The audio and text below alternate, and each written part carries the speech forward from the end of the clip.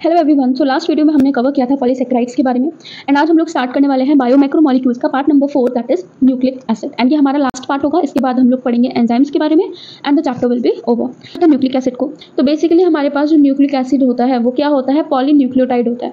अब पॉली मतलब बहुत सारे न्यूक्लियोटाइड से मिलकर बना है, तो हम बोल सकते हैं कि जो न्यूक्लिक एसिड होता है उसके लिए जो बिल्डिंग ब्लॉक है वो क्या हो जाएगा, न्यूक्लियोटाइड हो जाएगा।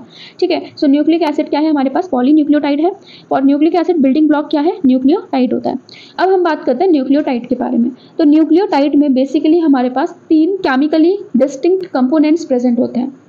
कौन कौन से? The number 1 is heterocyclic compound, the number 2 is monosaccharide and phosphoric acid या फिर हम बोल सकते हैं फॉस्फेट। तो हेट्रोसाइक्लिक कंपाउंड हमारे पास होता है प्यूरीन या फिर पिरिमिडीन। मोनोसेकेराइड्स में हम बात करते हैं शुगर की and phosphoric acid and phosphate जो है हमारे लिंकेज वगैरह में करने में हेल्प करता है। ठीक है, सो न्यूक्लियोटाइड में क्या है, 3 कंपोनेंट्स है, heterocyclic compound, monosaccharides and phosphoric acid और फॉस्फेट। सबसे पहले बात करते हैं हेट्रोसाइक्लिक कंपाउंड के बारे में।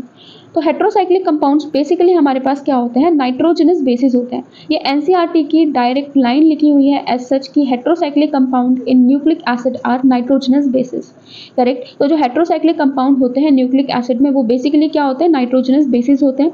नाइट्रोजनस बेसिस क्या क्या होते हैं, adenine, guanine, uracil, cytosine, thymidine. तो हम ये बेसिकली नाइट्रोजनस बेसिस क्या होता है कि हमारा सपोज इस तरीके से डीएनए होता है, तो इस तरीके से हमारे पास यहाँ पर ये नाइट्रोजनस बेसिस इस तरीके से यहाँ पर जो अरेंज होते हैं।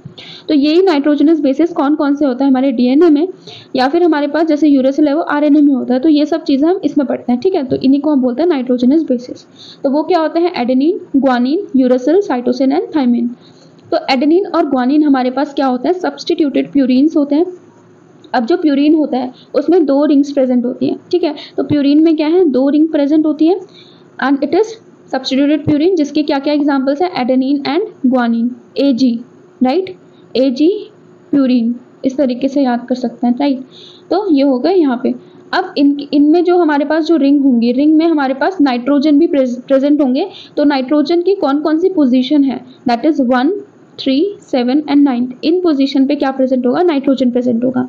करेक्ट। तो हेट्रोसाइक्लिक कंपाउंड में क्या होंगे हमारे पास, एडेनिन एंड ग्वानिन हमारे पास हो गए प्यूरिन के केसेस में। प्यूरिन में होते हैं 2 रिंग एंड नाइट्रोजनस बेसिस कहाँ पे प्रेजेंट होते हैं, 1, 3, 7 एंड 9 में प्रेजेंट होते हैं। उसके बाद हम बात करते हैं यहाँ पे यूरेसिल, साइटोसिन एंड थाइमिन के बारे में। तो जो ये 3 होते हैं ये हमारे पास क्या होता है, सब्स्टिट्यूटेड पिरिमिडीन होते हैं, राइट। ये क्या होता है, सब्स्टिट्यूटेड पिरिमिडीन होते हैं।